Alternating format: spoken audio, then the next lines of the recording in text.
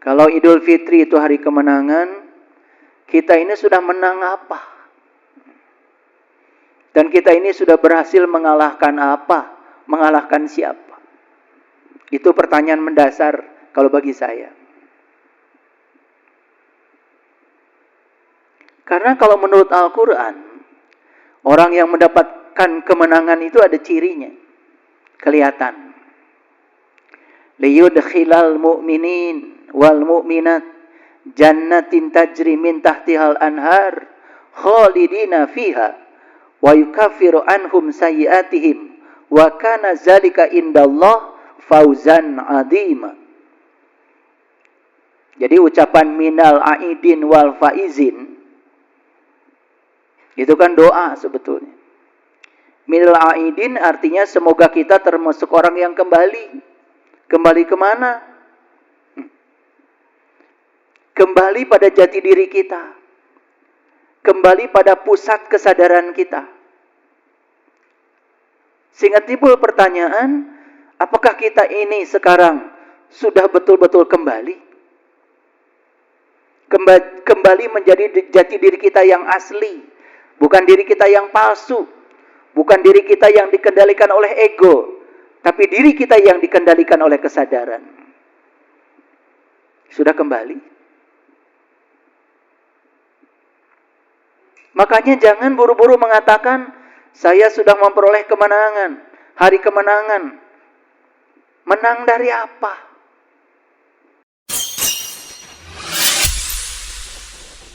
Sesungguhnya awal agama itu adalah makrifatullah, mengenal Allah. Segala puji hanya milik Allah, sang kehadiran, sang keberadaan. Energi universal yang maha tunggal, yang meliputi seluruh bentuk, yang meliputi seluruh ciptaannya, yang meliputi seluruh ruang kosong tanpa batas, yang memberikan kehidupan pada semua makhluknya tanpa batas, yang cintanya tak terbatas, yang cinta kasihnya tanpa batas. Mari kita puji Dia dengan membaca hamdalah. Alhamdulillahi Rabbil Alamin. Mari kita rasakan kehadirannya. Tidak perlu lagi kita mencari Tuhan. Karena Dia ada bersama kita lebih dekat daripada urat nadi leher kita. Tidak perlu kita mencari matahari. Hanya tinggal menyingkirkan saja kabut-kabut yang menghalanginya. Cahaya Allah, cahaya Tuhan. Tidak perlu kita cari. Karena Dia sudah ada bersama kita. Kita tinggal singkirkan saja semua penghalang yang menghalangi cahaya itu tidak tiba pada diri kita. Mari kita sadari kehadirannya. Dia tidak pernah tertidur, tidak pernah terkantuk. Senantiasa menumpahkan cinta kasih-Nya, memenuhi segala kebutuhan kita. Walaupun Dia tidak selalu memenuhi keinginan kita. Karena apa yang kita inginkan belum tentu yang terbaik bagi kita. Mari kita mohon ridho-Nya, mohon berkah-Nya. Semoga kehadiran kita di tempat ini menjadi syafaat bagi kita. Ilmu yang akan didapat bisa menolong diri kita, memperbaiki kualitas hidup kita,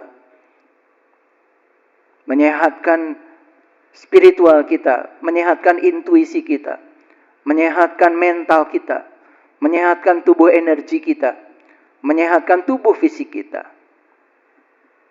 Dengan kelebutan dan cinta, mari kita sapa asmanya dengan membaca basmalah. Bismillahirrahmanirrahim. Para sahabatku, ini adalah pertemuan pertama setelah kita menyelesaikan ritual ibadah yang bernama saum, puasa di bulan suci Ramadan. Dan banyak yang mengklaim kalau Idul Fitri itu katanya hari kemenangan. Ya tentu saja itu tidak salah. Tapi lebih bagus kalau kita bertanya pada diri kita. Kalau Idul Fitri itu hari kemenangan, kita ini sudah menang apa? Dan kita ini sudah berhasil mengalahkan apa? mengalahkan siapa? Itu pertanyaan mendasar kalau bagi saya.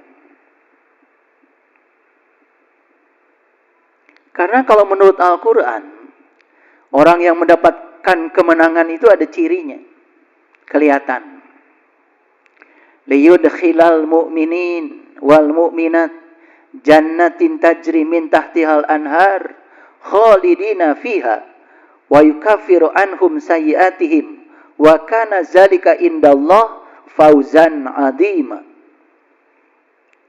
Jadi ucapan minal aidin wal faizin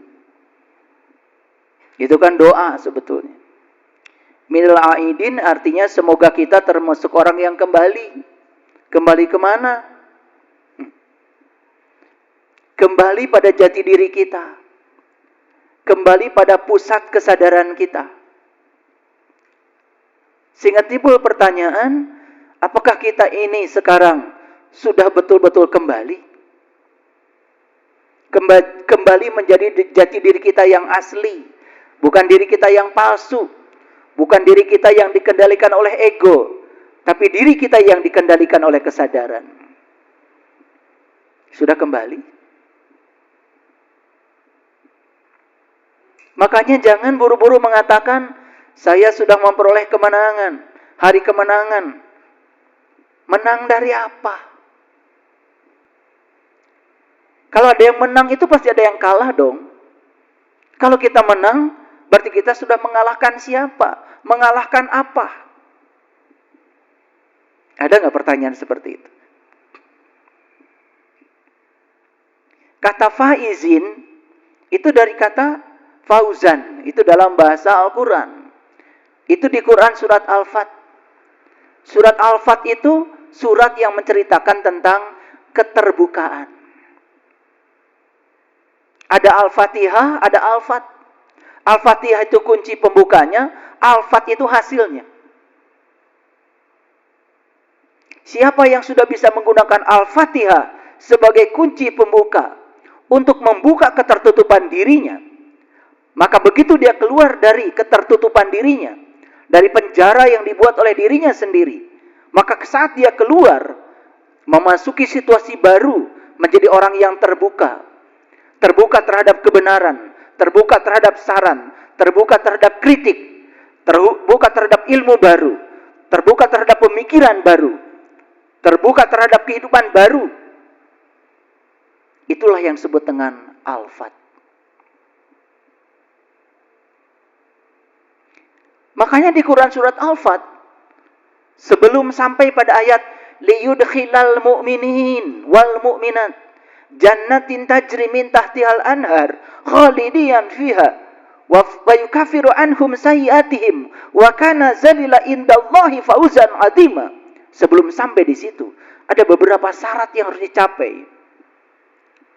Dan siapa orang yang dikatakan telah memperoleh kemenangan itu?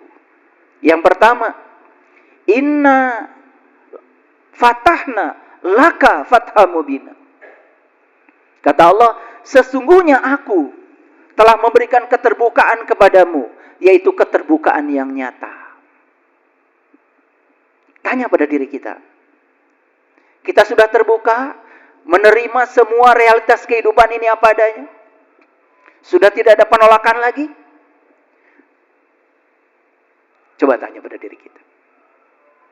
Bisa menerima pasangan kita apa adanya? Bisa menerima setiap orang apa adanya? Sudah tidak menghakimi orang lagi? Tidak protes lagi? Sudah bisa menyayangi setiap orang apa adanya? Sudah begitu belum? Ayo tanya. Sebelum masuk pada kajian ini, saya ngasih prolog sedikit. Inna fatahna laka fatha mubina liyaghfira lakallah ma taqaddama min dambik wa ma ta'akhir. Ciri orang yang memperoleh kemenangan yang kedua, dia itu diampunkan segala dosanya dari yang lalu maupun yang akan datang. Ini yang diceritakan cuma dua, masa lalu dan masa yang akan datang. Ciri orang yang sudah diampunkan dosanya dari masa lalu dan masa yang akan datang, Dia sudah bisa hadir di sini, saat ini, sekarang. Sekarang saya mau nanya, ada yang sedih nggak hari ini? Ada yang sedih nggak pagi ini? Ini saya kasih tahu nih. Kalau masih ada yang sedih pagi ini, berarti kita sedang hidup di masa lalu. Kesedihan itu karena kita mengizinkan diri kita dibawa oleh pikiran kita, ilusi pikiran kita ke masa lalu. Ada yang khawatir nggak sekarang? Ada yang takut nggak dengan kehidupan? Ada yang takut nggak dengan hari esok? Takut nggak punya uang? Takut ditinggalkan pasangan? Takut bisnisnya gagal? Ingat, itu semua bukan kenyataan. Itu adalah ilusi yang diciptakan oleh pikiran. Orang yang sudah memperoleh kemenangan, dia tidak terjebak oleh masa lalu, dia tidak terjebak oleh masa depan. Dia hadir sepenuhnya di sini, saat ini, sekarang. Menerima saat ini sepenuhnya. Itu ciri yang kedua. Sudah memiliki nggak ciri yang kedua itu? Sudah? Keren kalau sudah. Ciri yang ketiga. Inna fatahna laka fatha mubina liyaghfira laka Allah ma taqaddama min dambik wa ma ta'akhkhar wa yatimma ni'matahu 'alaika wa yahdiyaka sirata mustaqim. Dia disempurnakan nikmatnya oleh Allah dan dia selalu berada di jalan siratal mustaqim. Siapa orang yang disempurnakan nikmatnya? Orang yang disempurnakan nikmatnya adalah orang yang bisa melihat semua hal dalam hidup sebagai kesempurnaan.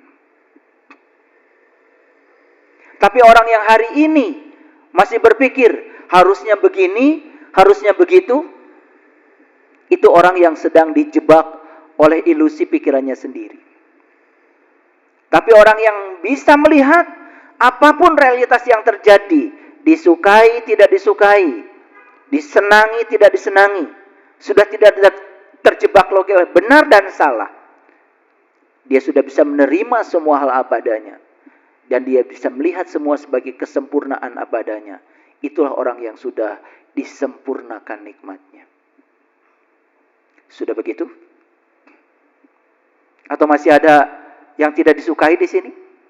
Masih ada protes? Masih? Seharusnya begini, seharusnya begitu, masih? Tiba-tiba menyatakan diri memperoleh kemenangan, begitu? Lucu ya. Kita menghabiskan begitu banyak waktu, energi, bahkan uang untuk merayakan Hari Raya Idul Fitri, pulang kampung, mudik, macet-macetan di jalan. Dan menurut seorang peneliti dari Belanda, tidak ada katanya di dunia bangsa yang memboroskan energi hanya untuk lebaran kecuali bangsa Indonesia. Bagi saya itu tidak masalah, itu hanya sekedar persepsi dari seorang peneliti. Tapi kalau kita bisa memanfaatkan momen ini untuk introspeksi diri, momen ini untuk membaca diri, tidak ada masalah. Sudah berapa tuh yang saya sampaikan? 3 ya. Yang pertama, sudah terbuka. Yang kedua, sudah bisa hadir di sini, saat ini, sekarang. Tidak terjebak masa lalu, tidak terjebak masa depan. Yang ketiga, sudah sempurna nikmatnya. Artinya sudah bisa menerima semua hal yang terjadi sebagai sebuah kesempurnaan ilahi.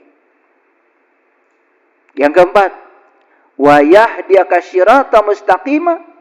Dia selalu berada di jalan siratal mustaqim. Apa siratal mustaqim? Siratal ladzina an'amta alaihim.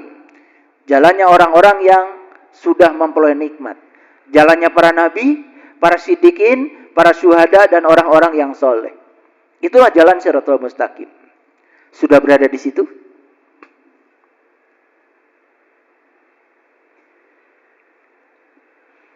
Lalu ciri yang berikutnya, huwallazi anzala sakinata fi qulubil mu'minin. Kolbunya sudah sakinah. Tahu sakinah? Sakinah itu sudah mati. Sudah seperti orang mati. Tahu orang mati? Orang mati itu sudah tidak bereaksi.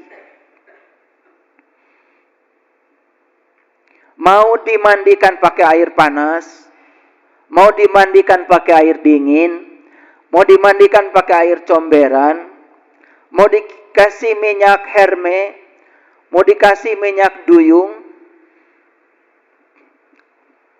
tidak protes. Itu yang namanya sakinah, dari kata sukun. Sukun itu mati. Makanya kalau ba ketemu alif, ada fathah, itu ada tanda mati di atasnya. Ba-nya itu dibaca, ya, ba-nya dibaca, tapi alifnya enggak. Tetapi ba-nya dibaca 2 harokat, ba, kan gitu. Jadi alif itu hanya membantu ba supaya dibaca panjang. Alifnya sendiri sudah mati karena ketemu sukun itu. Itu kalau belajar ilmu tajwid kan begitu. Jadi sakinah itu dari kata sukun. Sukun itu mati. Jadi sakinah itu artinya kita sudah bisa seperti orang mati, tidak bereaksi lagi. Saya mau nanya, kalau ada orang marah-marah sama kalian, bereaksi tidak? Jujur. Kalau ada yang tidak disukai, bereaksi tidak? Terus kalian mengatakan memperoleh kemenangan? Gak malu gitu? Itu karena tidak punya knowledge. Tidak punya knowledge, tidak punya pengetahuan untuk mengukurnya. Sembrono aja. Yang jadi ukuran apa? Saya sudah tamat baca Quran 30 juz. Itu ukuran yang pertama. Padahal saat baca gak sadar. Tidak dapat pesan apa-apa ketika membacanya. Cuma tamat saja. Bahkan membacanya pun pakai speaker. Dan orang tahu, kalau saya rajin loh baca Quran. Gitu. Itu ukuran yang salah. Membaca kalau kita tidak sadar dengan yang dibaca. Dan tidak bisa mendapatkan pesan apa-apa. Itu kita sedang membuang-buang energi.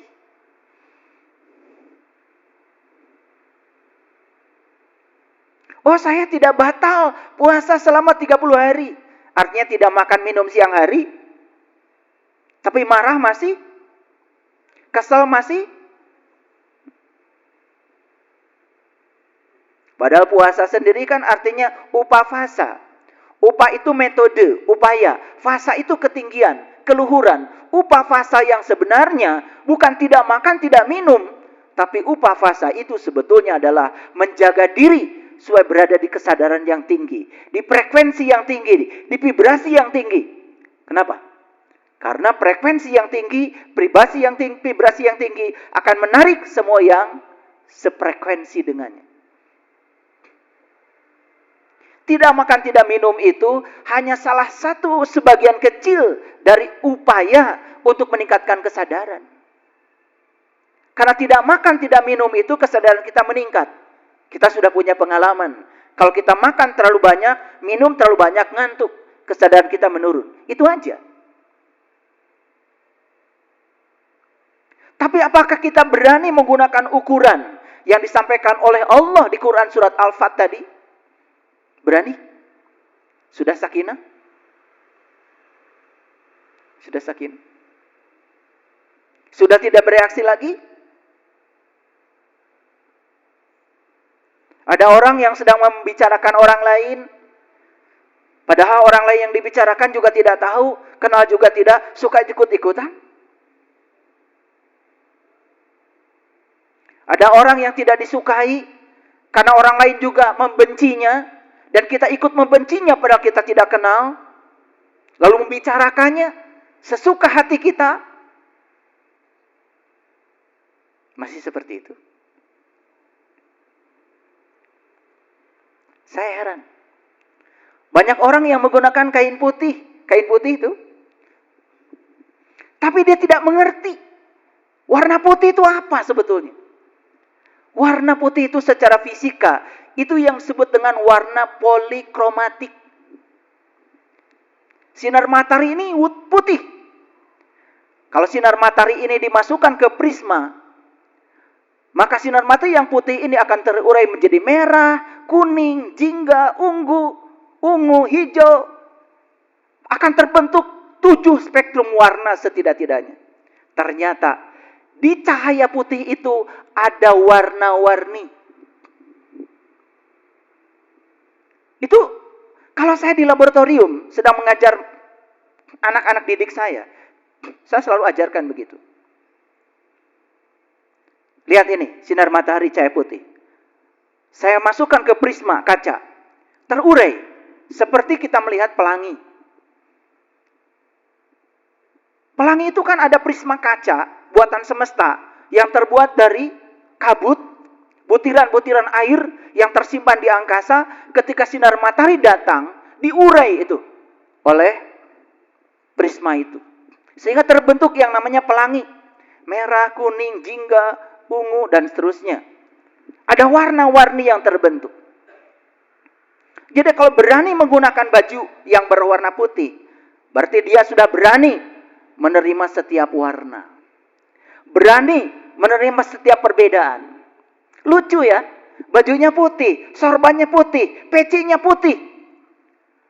Tetapi yang keluar dari mulutnya adalah hujatan. Yang keluar dari mulutnya adalah kata-kata menjijikan. Yang merendahkan orang lain, padahal dia tidak tahu. Ini ciri orang yang belum selesai dengan dirinya sendiri. Orang yang seperti ini mengklaim sudah memperoleh kemenangan, padahal dirinya sendiri belum damai. Orang yang sudah damai itu tidak peduli dengan semua situasi yang di luar dirinya. Karena kalau dia sudah menemukan tempat suci yang di dalam, semua yang di luar sempurna adanya, suci adanya, tidak perlu ada penghakiman lagi. Dan orang yang merasa dirinya paling benar dan orang lain salah di mata dia, dia masih menggunakan penghakiman menurut pikirannya sendiri. Dan ini orang belum selesai dengan dirinya sendiri. Tidak layak untuk diikuti, tidak layak untuk diteladani. Siapapun orang yang menakar dirinya apa itu, mau ulama, mau kiai, mau ustadz, kalau masih menebarkan kebencian, tidak layak untuk diikuti. Dia belum selesai dengan dirinya sendiri. Huwallazi anzala sakinata fi qulubil mu'minin liyazdadu imanan ma'a imanihim. Saya suka lucu, ada orang tanya sama saya. Saya itu katanya punya iman, kadang naik, kadang turun. Saya bilang, saya tidak menemukan satu ayat pun di Quran yang imannya kayak perahu. Saya tidak menemukan satu ayat pun di Quran yang imannya kayak ombak, naik turun. Nggak ada di Quran. Di Quran hanya ada kata-kata, ya, orang beriman itu imannya selalu naik. Liyazdadu imanan ma'a imanihim. Jadi orang beriman itu tidak pernah turun imannya. Imannya selalu naik. Nah ini yang suka naik turun itu hanya perasaan aja. Perasaan seolah-olah sudah beriman. Padahal belum, cuma ngaku-ngaku aja. Ya. Sekali lagi ya. Jadi di Quran tidak ada iman itu turun. Liyazdadu imanan ma'a imanihim. Iman itu selalu naik. Dan kenapa ada yang iman yang naik turun? Itu sebetulnya perasaan seolah-olah dirinya sudah beriman. Padahal imannya itu iman palsu. Yang suka naik turun itu bukan iman yang sebenarnya. Iman yang sebenarnya itu selalu naik. Nah, ciri orang yang memperoleh kemenangan, imannya selalu naik. Gitu nggak Bapak Ibu? Gitu apa tidak? Saya cuma ngasih ukuran-ukuran. Karena kalau kita tidak menggunakan alat ukur, kita tuh suka merasa hebat. Lanjutkan nggak? Liyazdadu imanan ma'a imanihim. Walillahi junudu samawati wal ar. Wa kana Allahu aliman hakiman. Semua instrumen yang ada pada dirinya, yang dikirimkan semesta, dijadikan sebagai tentara-tentara Allah yang membimbing dia menuju kepada kebaikan. Lihat saya semuanya. Orang yang peroleh kemenangan, dia berhadapan dengan orang baik, dia berhadapan dengan orang yang tidak baik, berhadapan dengan situasi baik, berhadapan dengan situasi tidak baik. Dia tahu kalau itu adalah untuk kebaikan dirinya. Begitu apa tidak? Dia tahu. Semua orang, semua situasi, semua kondisi, itu adalah tentara Allah yang mengarahkan dirinya supaya pulang kepada Allah. Gitu nggak? Saya menggunakan bahasa yang mudah ya. Bahasa tafsir yang sudah saya ekstrapolasi ke dalam bahasa yang gampang untuk dicerna. Karena kalau saya bicara tentara Allah, tidak diterjemahkan dalam bahasa yang sederhana, nanti kalian bingung. Tentara Allah itu yang mana ya? Taunya kan tentara Indonesia, tentara Amerika, betul nggak? Tentara Israel, tentara Palestina, yang taunya begitu. Yang tentara itu yang membawa senjata. Lihat saya semuanya. Tentara Allah itu bisa orang, bisa situasi, bisa peristiwa. Disenangi, tidak disenangi, kalau itu terjadi, itu semua adalah cinta kasih Allah untuk memanggil kita pulang ke jati diri kita. Itu tentara Allah. Kalau gitu sakit tentara Allah? Sukses tentara Allah? Sehat tentara Allah? Orang baik tentara Allah? Orang yang disebut tidak baik oleh kita tentara Allah? Suami yang rewel tentara Allah? Orang-orang yang tidak sabar tentara Allah?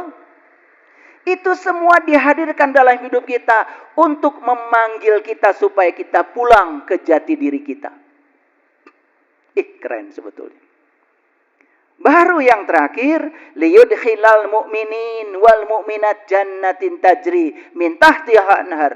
Ciri orang yang sudah memperoleh kemenangan, dia tinggalnya sekarang sudah di surga. Dia tinggal sudah di frekuensi tinggi, di vibrasi tinggi. Begitu? Sudah tinggal di surga? Sudah damai setiap saat?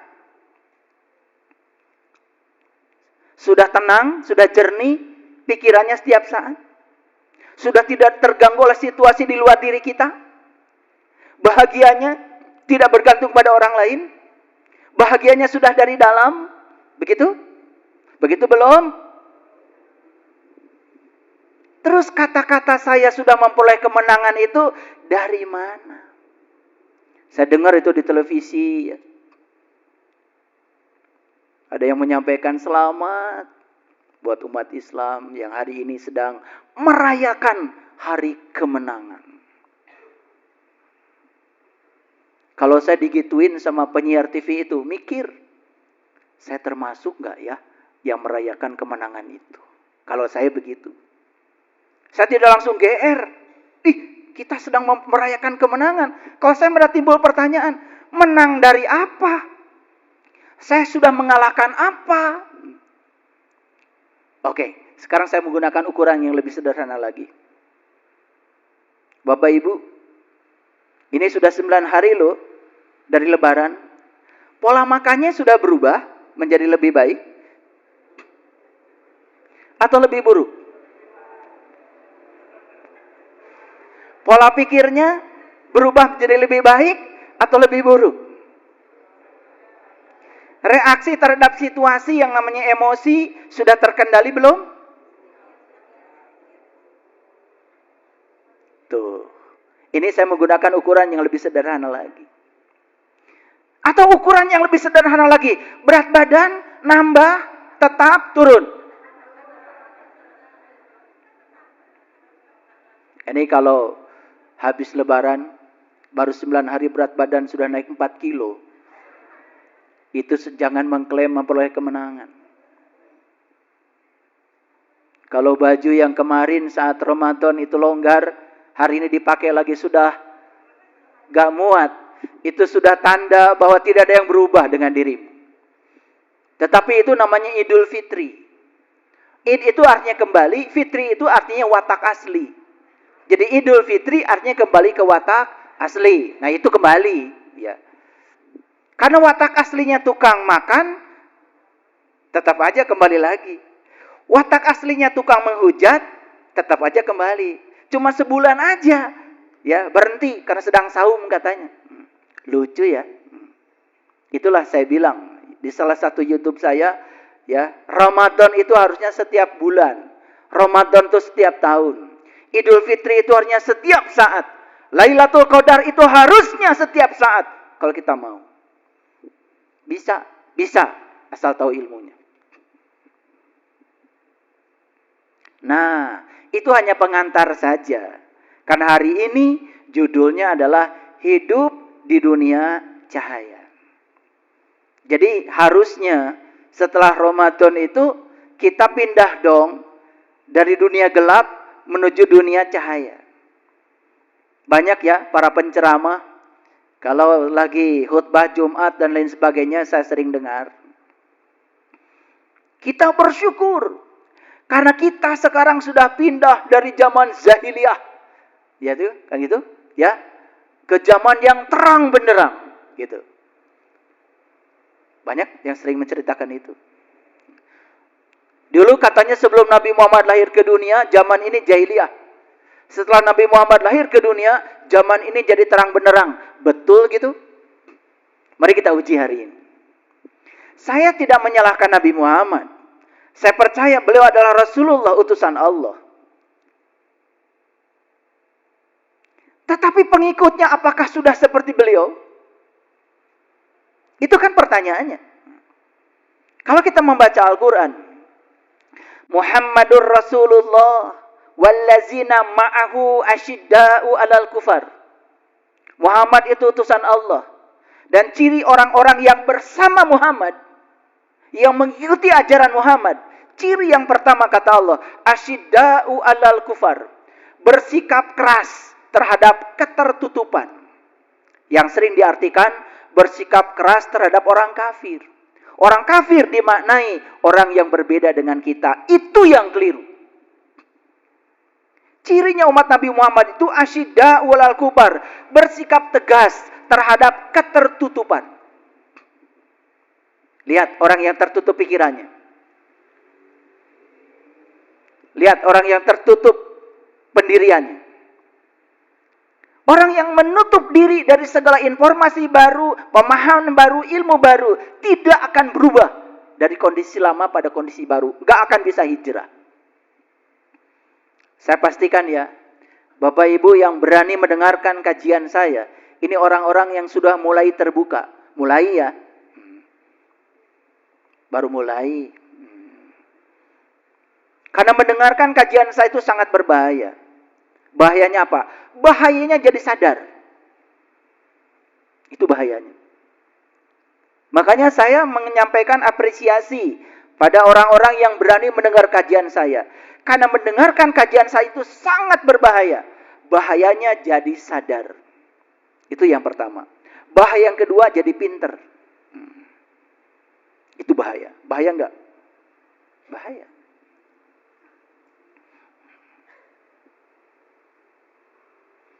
Yang kedua, ruhama'u bainahum.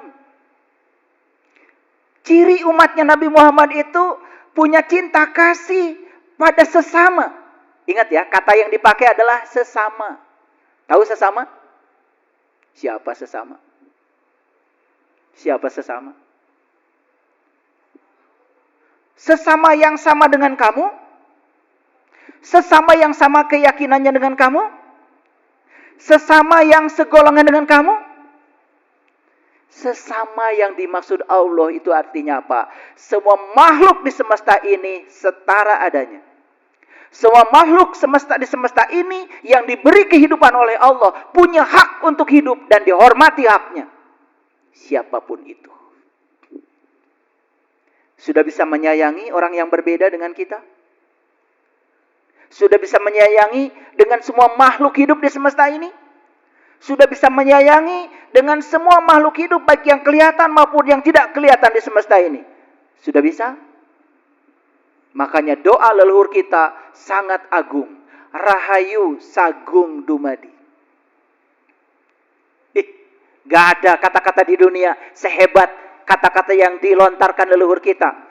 Ingat ya, bahasa itu mencerminkan kecerdasan suatu bangsa. Rahayu sagung dumadi. Artinya apa? Semoga seluruh makhluk hidup di semesta ini, baik yang kelihatan maupun yang tidak kelihatan, di setiap ruang dan waktu, di semua tingkatan, siapapun itu, berbahagia dan bebas dari segala penderitaan. Itu doa yang keren. Apa doa kalian? Ya Allah, bahagiakan keluarga kami, ya Allah. Tetangga, biarin aja ya Allah, biarin.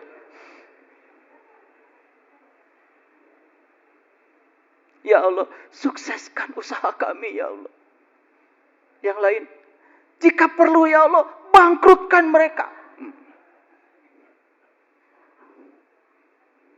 Itu doa macam apa? Itu doa yang lahir bukan dari cinta. Itu doa yang lahir dari kebencian dan ego. Itu doa yang semacam itu hanya akan menutup pintu berkah bagi orang yang mendoanya. Contoh dong leluhur kita kalau berdoa. Semoga semua makhluk hidup berbahagia. Siapapun itu. Keren gak itu?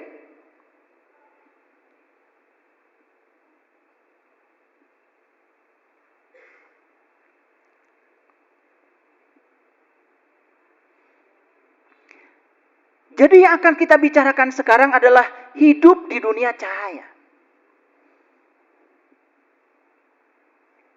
Berarti kalau ada dunia cahaya, ada dunia lain yang bernama dunia kegelapan. Setuju? Oke. Nanti selesai Bapak Ibu mendengarkan kajian saya, Bapak Ibu bisa tahu apakah Bapak Ibu hidup di dunia kegelapan atau di dunia cahaya, atau masih transisi dari kegelapan menuju cahaya. Nah, yang transisi itu namanya OTW. Ya. Ya. Tahu OTW? Oh, tungguan we. Oke, nggak apa-apa. Apakah yang OTW bagus-bagus daripada yang tinggal dalam dunia kegelapan? Dia sudah mulai sadar. Walaupun masih remang-remang, tapi sudah ada kesadaran. Nah, setelah selesai kajian saya, Bapak Ibu akan tahu, apakah saya tinggal di dunia gelap? Di transisi antara gelap dengan cahaya, atau sudah benar-benar tinggal di dunia cahaya? Sekarang akan kita ukur semuanya, dan setelah ini Bapak Ibu akan tahu di mana tempat Bapak Ibu yang sebenarnya. Sudah siap? Oke, kalau sudah siap kita mulai. Di gambar ini ada orang, lalu ada bayangan. Kelihatan semua? Oke. Semoga yang di rumah ada sahabat kita nih, ribuan sahabat kita yang sedang menonton. Rata-rata 38.000 sampai 50.000 orang yang menonton di rumah ini. Live. Kita sapa ya, karena mereka juga ada. Walaupun tidak di sini. Semoga yang di rumah bisa lihat ya, gambar ini. Ada orang, ada bayangan. Setuju? Berarti ada sumber cahaya. Setuju? Kira-kira sumber cahaya itu di sebelah mana? Di sana kan? Di luar terowongan ini kan? Oke? Oke, berarti benar ya. Kalian belajar IPA-nya. Benar. Jadi sumber cahayanya di depan kan? Ya. Ini karena terhalang oleh orang, maka timbullah namanya bayangan. Jadi bayangan itu sebetulnya adalah sumber cahaya yang cahayanya terhalang. Karena terhalang timbullah namanya bayangan. Setuju ya? Oke. Di dalam tradisi spiritual, sumber cahaya itu sering dikaitkan dengan Tuhan. Bahkan kalau di Quran jelas sekali ada kata-kata begini, Allahu nurun. Allah adalah cahaya. Itu di Quran surat An-Nur ayat 35. Saya membaca Injil untuk sahabat-sahabat yang Nasrani, ternyata di Injil juga jelas sekali. Allah adalah cahaya adanya, dan sekali-kali tiada gelap di dalamnya. Bahkan dikatakan di ayat selanjutnya, selagi cahaya itu ada padamu, percayalah akan cahaya itu, supaya kamu menjadi anak-anak cahaya. Itu firman Tuhan. Loh, kok saya bisa tahu Injil? Karena saya belajar semua kitab suci. Untuk apa? Untuk belajar toleransi. Untuk belajar apresiasi. Saya tidak mau menyatakan kitab saya yang paling benar sebelum saya membaca kitab yang lain. Saya tidak mau membenarkan sesuatu karena fanatisme buta. Kan diajarkan kebencian dari orang lain. Tidak. Ternyata setelah saya belajar semua kitab suci itu adalah luar biasa adanya. Dan kita bisa mengapresiasi semuanya. Baik, kita lanjutkan. Sumber cahayanya di mana? Di depan. Ini orang sedang menuju sumber cahaya atau menjauhi sumber cahaya? Menuju. Karena dia menuju sumber cahaya, bayangan ikut nggak? Ikut. Coba bayangkan, kalau orang-orang ini bergeraknya menjauhi sumber cahaya, berarti dia diikuti bayangan atau mengikuti bayangan? Oke. Kesimpulannya, jika orang ini mengikuti sumber cahaya, maka dia akan diikuti oleh bayangan. Jika dia menjauhi sumber cahaya, maka dia akan mengikuti bayangan. Bapak Ibu, uang, duit, itu bayangan. Saya mau nanya sekarang. Mau nanya ya. Mau mengikuti uang atau diikuti uang? Pintar ya kalian kalau menjawab ya. Pintar ya kalau menjawab ya. Nggak apa-apa. Di ruang kelas gini biasanya pada pintar-pintar. Kalau di ruang gini biasanya kelihatan seperti soleh, seperti sabar, seperti ya. Seperti. Makanya di ruangan ini aslinya kalian tuh gak kelihatan. Bajunya rapi, duduknya rapi ya. Yang kelihatan aslinya kalian kan di rumah. Ya. Oke, kita lanjutkan dulu. Mau diikuti uang, mengikuti uang. Diikuti uang. Yes, bagus. Mau mengikuti dunia, diikuti dunia. Oke. Mau mengikuti harta, diikuti harta. Kira-kira sekarang, kondisi sekarang, Bapak Ibu. Bapak Ibu sekarang ini diikuti uang atau mengikuti uang? Jujur. Oke. Jadi kalau saya umpamakan ya Bapak Ibu itu seperti ini. Seperti ini ya. Sumber cahayanya dibelakangi. Lalu jalannya ke sini. Menjauhi sumber cahaya. Apa yang terjadi? Mengikuti bayangan. Coba sekarang. Kalau orang ini bergerak cepat, bayangan bergerak cepat. Kalau orang ini lari, bayangan lari. Jadi kesimpulan, apakah ada orang yang bisa menangkap bayangan? Itulah. Kita sudah diajarkan oleh semesta, tapi nggak ngerti-ngerti. Terus mengejar uang. Walaupun yang dikejar nggak dapat. Tidak ada yang berubah dengan cara berpikir. Tidak ada yang berubah dengan cara berkata. Tidak ada yang berubah dengan cara merasa. Padahal cara mengubah nasib yang pertama adalah ubah pikiranmu, perasaanmu, dan keyakinanmu. Karena itu yang akan menjadi realitasmu. Saya bicara begini, Bapak Ibu, karena saya sudah dikejar uang. Saking dikejar-kejar uang, ya, sampai jadwal saya sekarang, ya, jadwal saya padat. Saking dikejar uang. Makanya karena uang sudah mengejar-ngejar, jadi saya mulai tahan harga.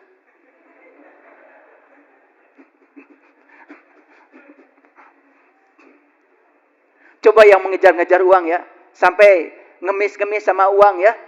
Ya, ibaratnya ya dikasih berapapun gak apa-apa gitu. Lah saya udah gak mau.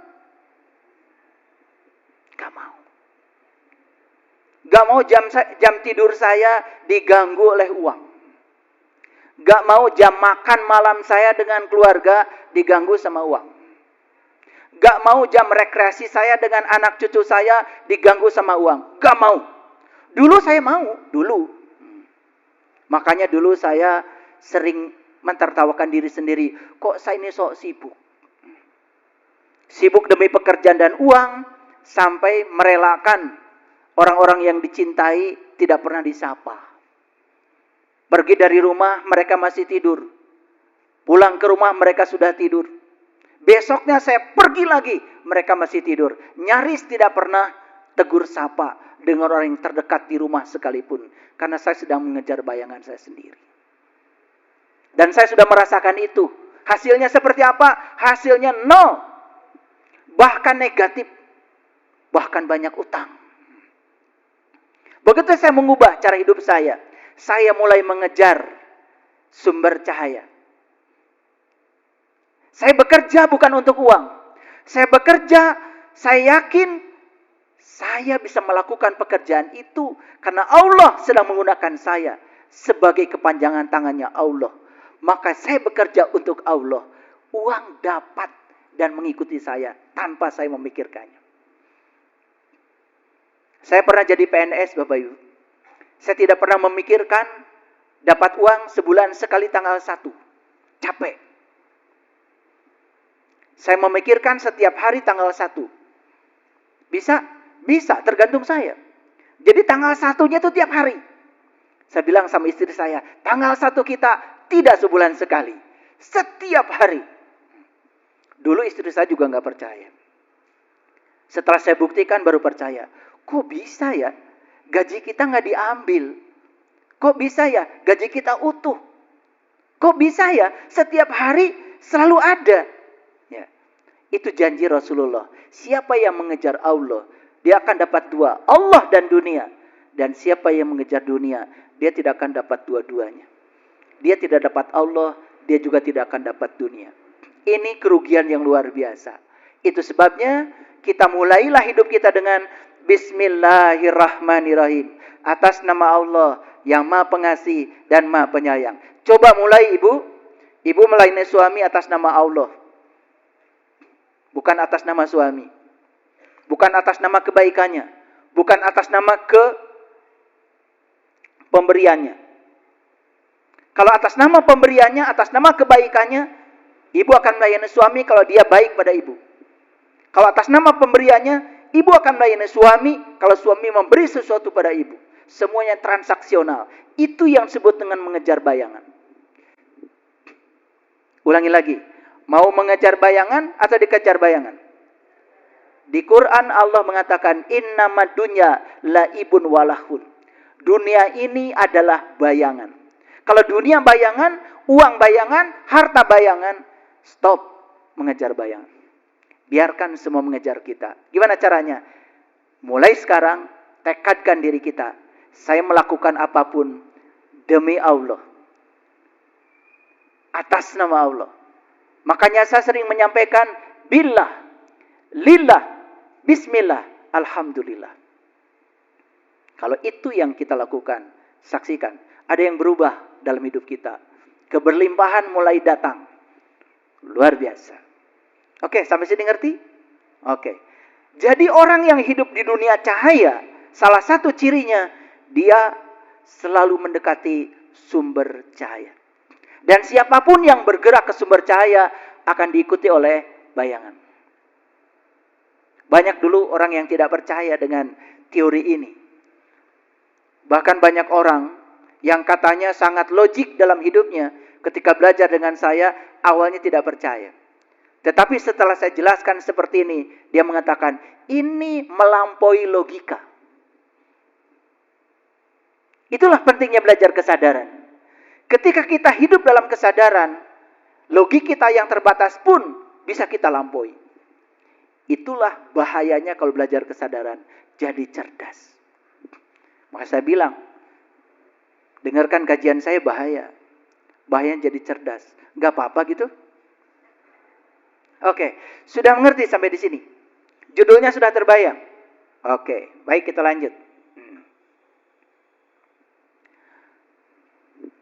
Ada satu kata-kata bagus. Ya. Dari seseorang. Saya nggak berani nyebut namanya. Dan biasanya kata-kata begini itu melintasnya itu cepat. Ketika kita sedang berada di kesadaran penuh, lintasan-lintasan seperti ini itu muncul. Maka jangan heran, orang-orang yang sudah mencapai kebijakan hidupnya, biasanya suka menelurkan kata-kata bijak. Jangan dikira loh, untuk bisa menelurkan kata-kata bijak itu, kita harus mencapai kebijakan hidup dulu.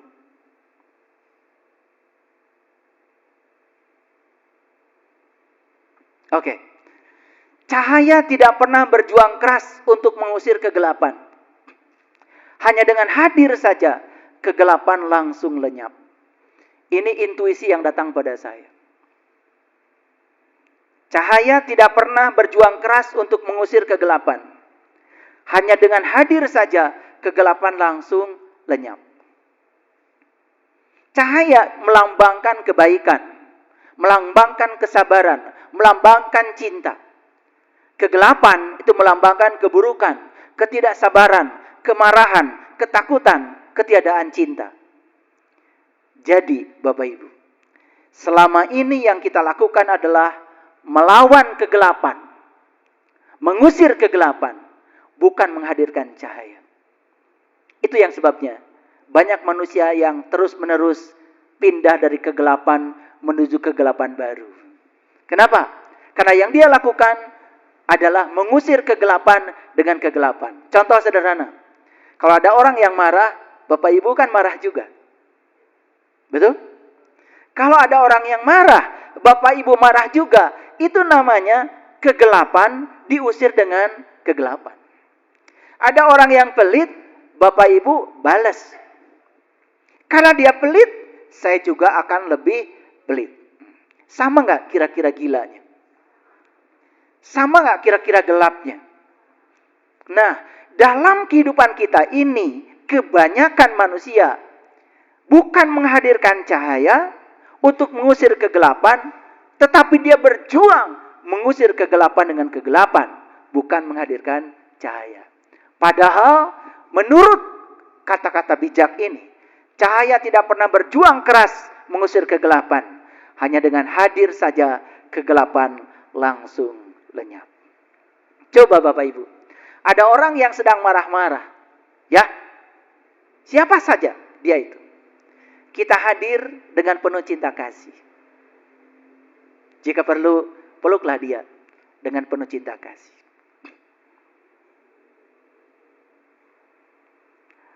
Akan lenyap kemarahannya dalam sekejap.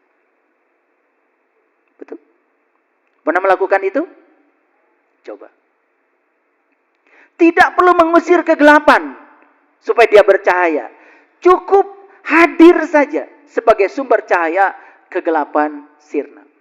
Tapi kalau Anda hadir sebagai sumber kegelapan baru, Anda sudah menambah kegelapan lama dengan kegelapan Anda. Yuk, sekarang kita lihat kebanyakan manusia di dunia ini. Hadir sebagai cahaya atau hadir sebagai kegelapan? Itu yang membuat dunia kita semakin gelap. Ya. Makanya saya tidak peduli. Ada orang yang menghujat saya, bilang saya menyebarkan aliran sesat, itu ini. Terima kasih. Saya adalah sumber cahaya. Saya tidak mau melawan kegelapan dengan kegelapan. Tidak perlu melawan yang seperti itu. Saya cuma berdoa, Allahumma di qaumi fa innahum la ya'lamun. Seperti yang dilontarkan Rasulullah ketika beliau dihujat pada saat itu. Yang beliau doakan cuma satu. Ya Allah, mereka melakukan itu kepadaku karena mereka tidak tahu. Karena mereka belum tahu. Tunjuki hidayah kepada mereka ya Allah, agar mereka suatu saat menjadi orang yang sadar dan tahu. Semua orang yang tidak tahu, tetapi dia tidak tahu kalau dirinya tidak tahu, pasti akan merasa tahu, merasa sok tahu. Lalu seolah-olah dirinya yang paling tahu. Padahal dia itu tidak tahu, cuma dia tidak tahu kalau dirinya tidak tahu. Oke. Makanya jangan tergoda oleh penampilan luar. Karena apa? Realitas yang kita lihat di permukaan Itu bukan realitas yang sebenarnya. Realitas yang sebenarnya jauh lebih kompleks daripada yang kita lihat di permukaan. Oke, sudah mengerti kata-kata ini? Ulangi. Tidak perlu bekerja keras untuk melawan kegelapan. Cukup hadir sebagai sumber cahaya. Siap?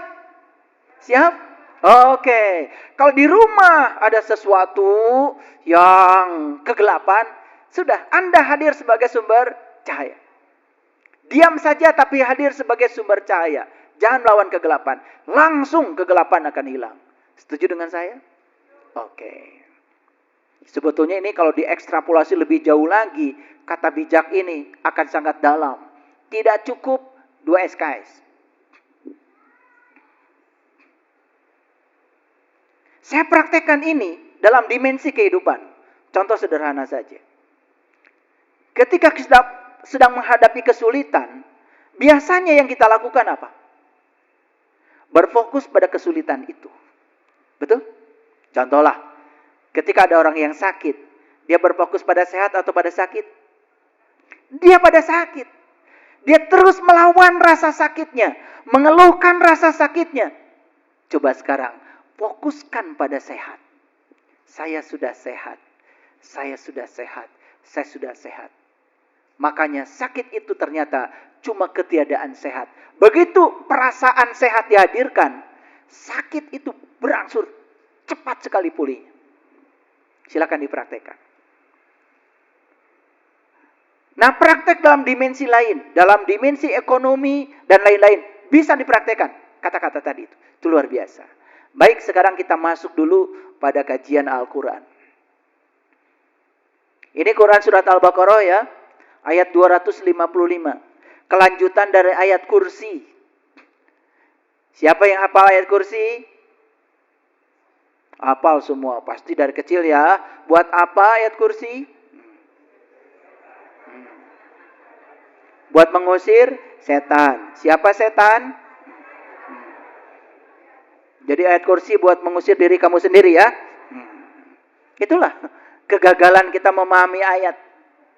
Dibaca, diulang-ulang, ya, ngikuti kebanyakan orang tanpa ada pertanyaan di sini, ya seperti itu. Kita jadi korban. Ya, korban dari kebodohan. Saya tidak akan membahas ayat kursi, tapi bagian mukanya saja ayat kursi. Allahu la ilaha illa. Allah tiada Tuhan selain Dia. Huwa al-hayyu. Dia yang maha hidup, al-qayyum, dan tegak berdiri sendiri. Begitu. Tahu kan artinya selama ini? Atau baru dengar barusan? Luar biasa kalian ini ya. Allahu la ilaha illa huwa al-hayyu al-qayyum. La ta'khuduhu sinnatu wala naum. Karena dia berdiri tegak, dia tidak pernah tertidur, tidak pernah tergantung. Sebetulnya kalau kita sampai di situ saja, membacanya dengan kesadaran, timbul pertanyaan. Dia tidak pernah tertidur, tidak pernah tergantung. Lihat pada diri kita saat kita tidur. Kaki tidur, tangan tidur, mulut tidur, mata tidur, telinga tidur, pikiran tidur. Satu yang tidak pernah tertidur, nafas. Oh, ternyata yang gak pernah tertidur, gak pernah terkantuk itu adalah nafas. Gak pernah ikut tidur. Jadi siapa nafas? Oh, dari situ aja udah bertemu tuh sama jati diri kita. Kalau kita mau duduk sebentar, gak tamat ayat kursinya. Gak 10 kali membacanya. Begitu sadar, Dia tidak pernah meninggalkan saya. Dia adalah sang hidup yang memberikan kehidupan kepada saya. Dia yang memenuhi segala kebutuhan saya. Rasa cemas hilang, rasa khawatir hilang, rasa takut hilang. Yang muncul adalah kedamaian bersama Dia. Hilang tuh setan. Gitu cara mengusir setan. Kan kalian berpengalaman. Udah baca ayat kursi 3 kali, 10 kali. Itu setan malah tambah kencang. Betul? Bahkan pernah itu saya saksikan. Ada orang yang kesurupan. Nah kemudian ini orang pinternya ini datang. Dibacakan ayat kursi. Malah dia ngajarin ayat kursi. Coba. Itu ruh siapa itu yang sedang masuk ke tubuh itu? Mungkin saya dulunya kan guru ngaji. Kali aja gitu. Cuman gak bisa pulang. Makanya kalian pasti kelayangan di sini. Makanya begitu ada tubuh yang kosong dia masuk. Dibacakan ayat kursi lebih pintar. Guru ngaji kayak dulu.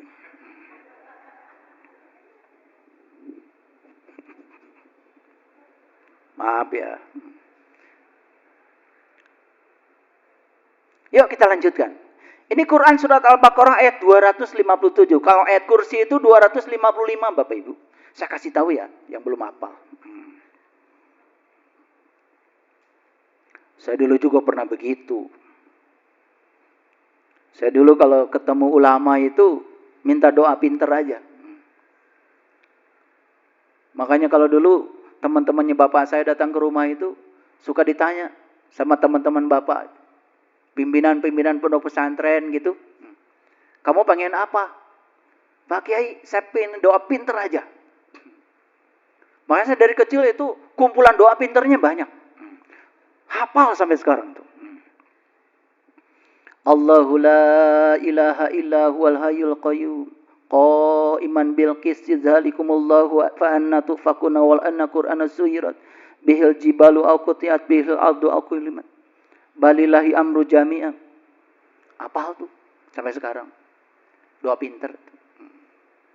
Dibacanya itu setelah sholat Isya sampai terdengar azan pertama subuh. Nggak boleh berhenti. Alhamdulillah saya nggak pinter-pinter, malah sakit saya. Ternyata salah memahami, dikira saya dibaca. Setelah saya besar baru sadar, oh isinya itu ternyata harus dipahami. Ketika dipahami, ambil saripatinya, gunakan untuk meniti ke dalam diri. Ternyata ya, ketika kita bisa mengambil intisarinya, saya ketemu langsung dengan dia yang maha pintar. Yang ada dalam diri saya adalah guru sejati saya. Itu yang akan mengajarkan kita pintar. Oh, dulu saya salah. Dibaca berulang-ulang dari sholat Isya sampai terdengar azan pertama itu subuh. Sakit saya. Gak pintar. Ya.